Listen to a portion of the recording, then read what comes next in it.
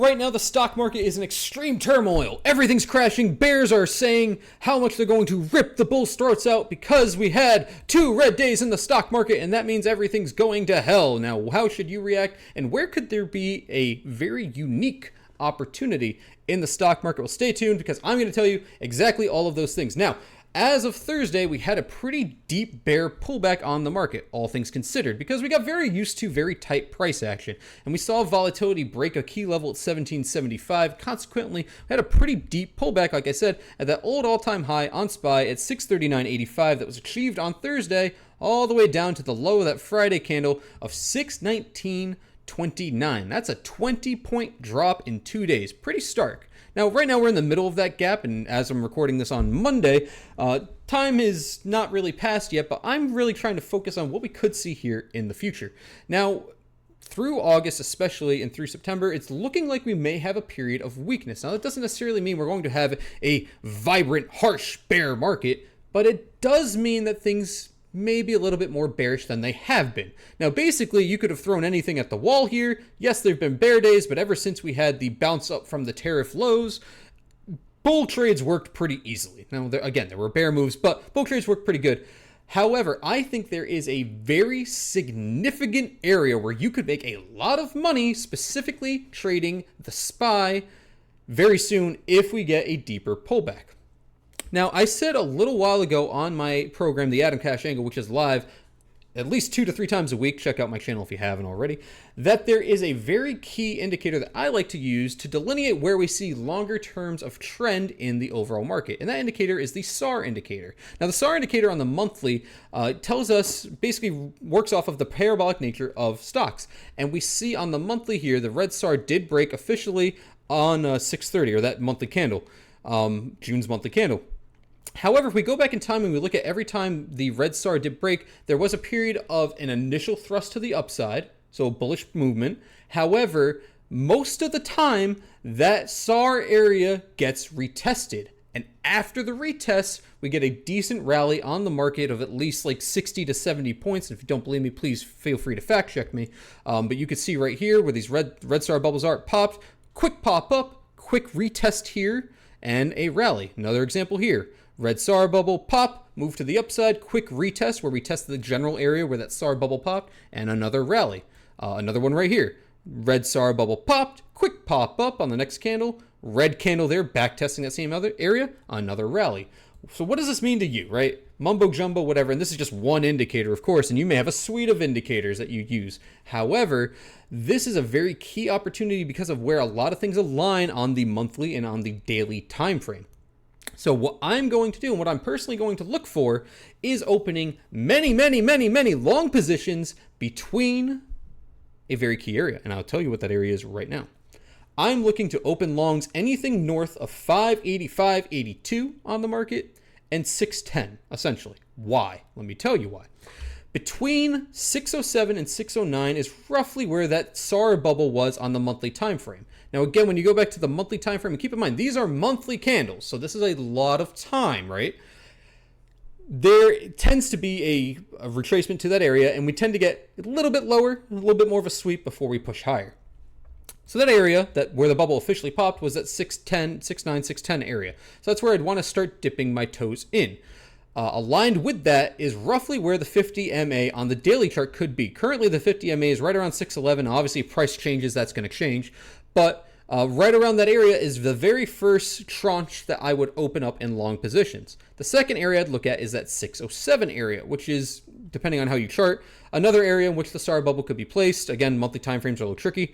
So that's the other area I would look to open my second tranche of longs. Now, my third and my fourth area is right here at this local POC at 594.67, and then obviously the 200 MA on the daily at 585.82, which again, that will adjust as time goes on, and more than likely it'll trickle up a bit. So what would actually be really sweet is if the 200 MA sat right around this POC level at 594.67, and that would be a sweet spot to definitely enter some long positions. Now, when I say long positions, again, we're playing the monthly time frame here. We're not looking at tomorrow or next week. We're looking at a year, 2 years out. So that means either buying very long leap calls or structuring a spread or some other sort of spread, calendar, whatever you want to do, sort of trade that gives you that leveraged opportunity where you could still enjoy a long without having so much cost to the upside, because obviously the leaps are very expensive. So having some sort of spread as well could work for you very nicely. Now, again, the reason why I like this area in general is because of a few things. It gives us that bear retracement. So again, we've grinded up pretty solid on the market without really much of a pullback. And again, from the tariff lows, we've moved from 480 all the way to 639. That's a massive move, right? And yes, we had little baby pullbacks, but nothing really substantial, nothing that the bears could have sank their teeth into. Dropping from the 639 area down to, like, again, low 600s, high 500s, gives the bears a lot of meat there. It gives them 70, 80 points roughly where they could make their money and be on their way, or also where people get too greedy as a bear and continue to get bearish and bearish and bearish and bearish, which adds fuel to the rocket of a long position, because eventually those bears have to close, and a lot of those bears are borrowing on margin and they will get squeezed. Yes, even on the overall market, it does happen. That is where I think the sweet spot will be on the market, where I don't want to say a generational buying opportunity, but where a very solid buying opportunity will be for at least 1 to 2 year time frame. So basically, and obviously, how you structure your personal trades are totally up to you, but that is a specific area where I'm looking as a key point of opportunity. Now, even if you don't like that trade, or even if you do like that trade, I should say, and you wanted to at least balance your risk to some degree, keep in mind, because you're buying so much time there, you have a lot of extrinsic value, especially as an options trader. So if you have all this extrinsic value, depreciation of your options plays are very minimal in the near term. So let's say it doesn't work out short term, and let's say you're still watching this gap. This is I've seen people talk about this gap here from 5.9 to 5.10. You could even just risk that gap if you want. That would bring you all the way down to like 5.66. So pretty substantial move. But realistically, depending on how you structure your options play, you're not going to get burnt that much on a trade. Whereas I'm sure a lot of you have lost over 10 to 15% in one trade in one day. This is an area in which you will have very solid risk to reward here, because you're risking essentially maybe a 20-point drawdown.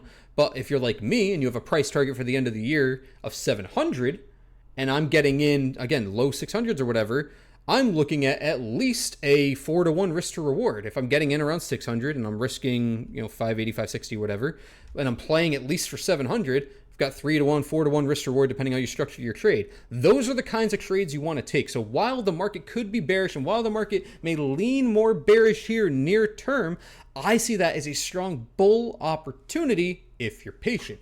And these are the levels that I'm personally watching in order to take advantage of that opportunity, because I think if you are patient and you're calm about it and you scale in, you could even dollar cost average into a spread trade, or even these longer term leap calls, you could offer yourself some leverage. Hell, you could even buy just straight shares of SPY. And if you're trading from 600 to 700, that's still $100 a share. You're still making pretty solid money. No matter how you slice it, I think if you're patient through this, what I'm anticipating to be a short-term bear move, because I do think near-term we do move bearishly a little bit. We let this hot move retrace. If you're patient and you time things correctly, you have a very fantastic trade on your hands on the overall market in general. So that's what I think about SPY. I still am on track for my SPY 700 price target here, hopefully by the end of the year. Might get extended a month or two, we'll see. But I'm still on track for my SPY 700 price target. We need some level of pullback here, because that is just fuel for the rocket. As I said, as more people get bearish, as more people borrow, they have to close out eventually. And when they close out, it adds more fuel to the upside. People get more long, people get euphoric, bears get scared, and you have a very strong upside opportunity. So in the best case scenario, in my opinion, what I would love to see is the market die in a vine in the next 2 weeks. That'd be cool, because the sharper pullback we get, if that pullback is faster, you're more than likely going to get more of like a V recovery. The market's going to reverse very quickly. Think of it like a rubber band. You stretch a rubber band out, you stretch it more and more and more and more and more. And when you let go, boing, right? But if you stretch it a little bit, it doesn't snap back as quick, right?